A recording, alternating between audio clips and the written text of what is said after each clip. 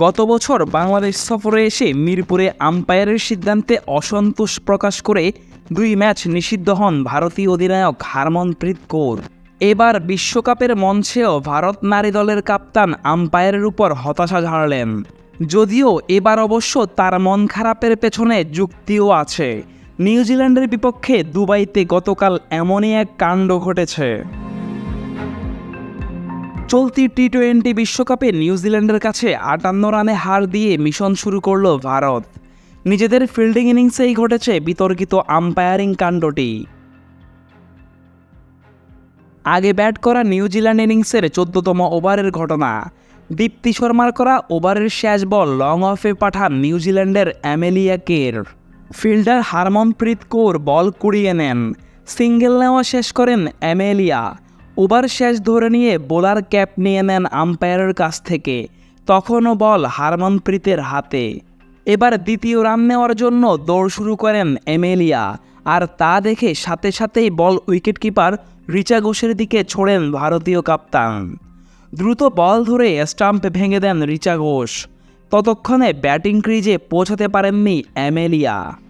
New Zealand batter out হয়েছেন ধরে নিয়ে আনন্দ উদযাপনে ব্যস্ত হয়ে ওঠে ভারতীয় ক্রিকেটাররা। অ্যামেলিয়া নিজেও বুঝতে পারেন যে তিনি ক্রিজে পৌঁছাতে পারেননি, তাই রান আউট হয়েছে ধরে নিয়ে তিনি সাজঘরের পথে হাঁটা শুরু করেন। তবে আম্পায়াররা অ্যামেলিয়াকে ক্রিজে ফিরে আসতে বলেন। আসলে হারমনপ্রীত যখন বাউন্ডারি লাইন থেকে বল ধরে পিচের দিকে ছুটে আসছিলেন, তখন আম্পায়াররা বোলার দীপ্তির হাতে ক্যাপ তুলে দিয়ে ওভারের সমাপ্তি ঘোষণা করেন। আর তাই আম্পায়াররা দাবি করেন যে বল ততক্ষণে ডেড হয়ে গিয়েছে, তাই আউট নন অ্যামেলিয়া কের। আর এই সিদ্ধান্ত মেনে নিতে নারাজ ভারত কাপ্তান হারমনপ্রীত কৌর সহ পুরো দল। আম্পায়ারের সাথে তর্ক শুরু করে দেন। বাউন্ডারির বাইরে রিজার্ভ আম্পায়ারের সাথেও কথা বলতে দেখা যায় তাদেরকে। সেখানে যোগ দেন সহ অধিনায়ক স্মৃতি মান্দানা ও কোচ অমল মজুমদার। এই ঘটনা সামাজিক যোগাযোগ মাধ্যমে বেশ আলোড়ন তোলে। যদিও শেষ পর্যন্ত পরাজয় দিয়েই বিশ্বকাপ মিশন শুরু হলো ভারতের। তবে আম্পায়ারের সাথে তর্কে জড়ানো হারমনপ্রীত কৌরের জন্য নতুন কিছু নয়।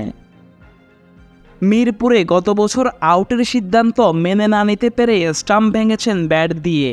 পুরস্কার বিতরণীতে আম্পায়ারকে উদ্দেশ্য করে বলেছেন কটু কথা, যার প্রেক্ষিতে নিষিদ্ধ হয়েছেন 2 ম্যাচ। এবারও কি সাজা পাবেন হারমনপ্রীত কৌর, সেটা এখন দেখার বিষয়। Nazmul Tarek, Daily cricket.